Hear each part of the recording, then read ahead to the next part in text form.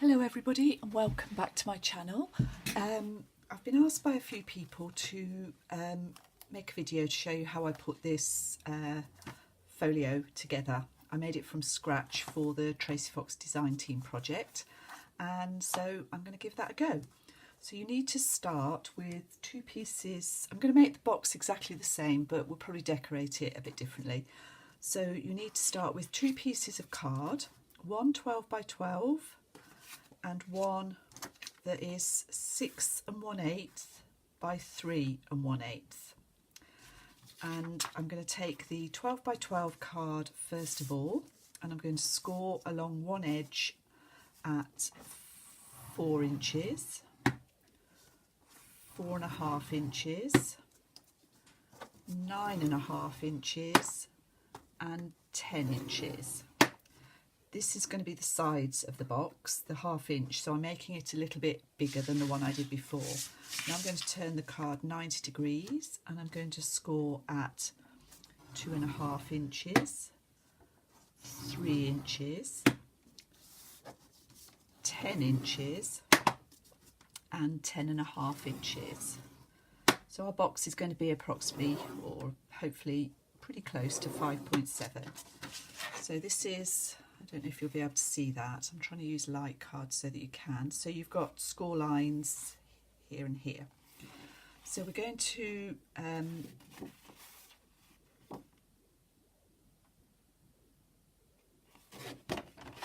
fold it in a moment. Let's do the scoring on the other one first of all.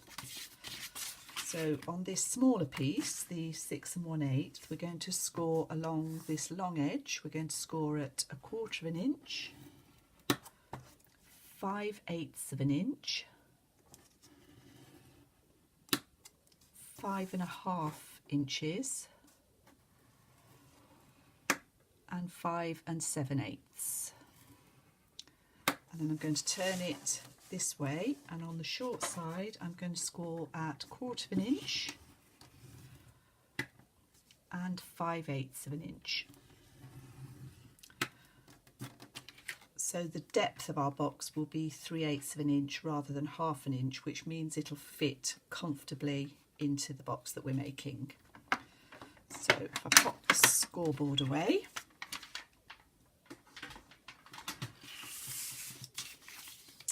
and what I want to do first of all is just gently, at the moment, just gently fold along these lines, just so that we get a rough idea.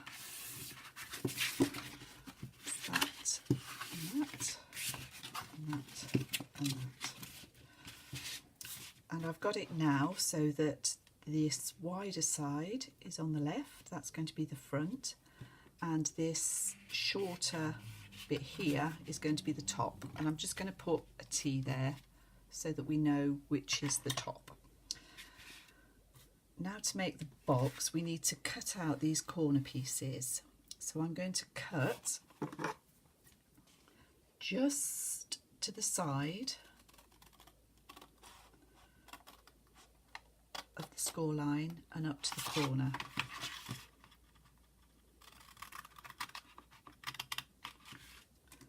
So you're taking out the whole corner piece. Same here.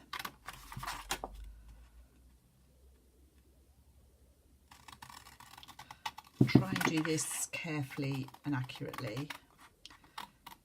If you find it easier, you can use a craft knife for this piece. But I'm not too bad at cutting straight lines, so I'm going for it with the scissors.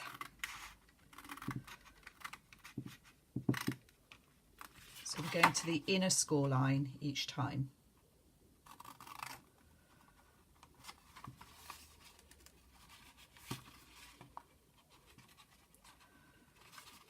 My scissors aren't the best. There we go.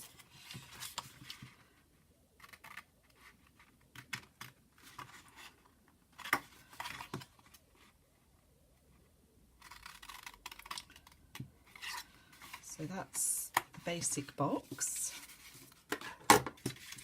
and it will, this is our top, it'll fold like this. Okay, So the other thing I'm going to do with this piece at this point, while I've got it like this, is round the corners.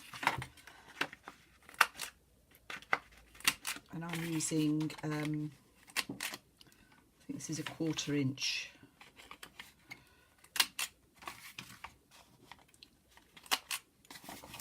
Inch corner punch. You could use a 1/2 inch, that would be fine. This is where you realise that your corners aren't quite square. That's fine. So that's that one. And then on this little pocket piece, we're going to cut, again, we're going to go to the inner score line. Cut these bottom 2 pieces out.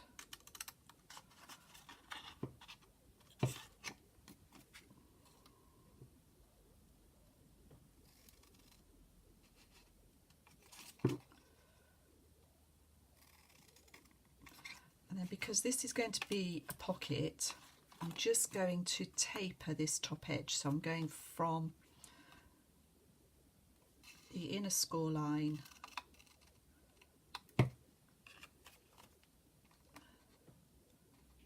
just to the outer edge. And then when I fold these,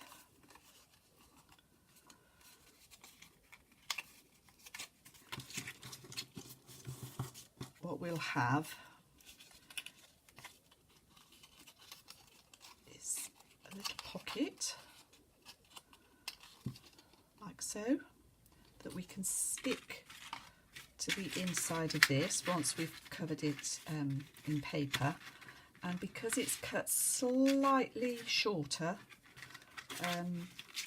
widthwise, it's slightly less wide, it means that these pieces will fold over it neatly. So the other thing that I would do at this point is ink everything. So I'm going to ink all these edges, all the folds. I'm using walnut stain distress ink.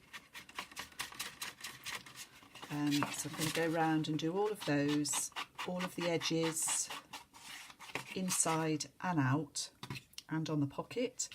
And then I'm going to choose some pattern papers, and I'm going to cut pieces to cover the whole of this box and the pocket. So what I'll do is do my inking. You don't want to watch me do that. It's very dull.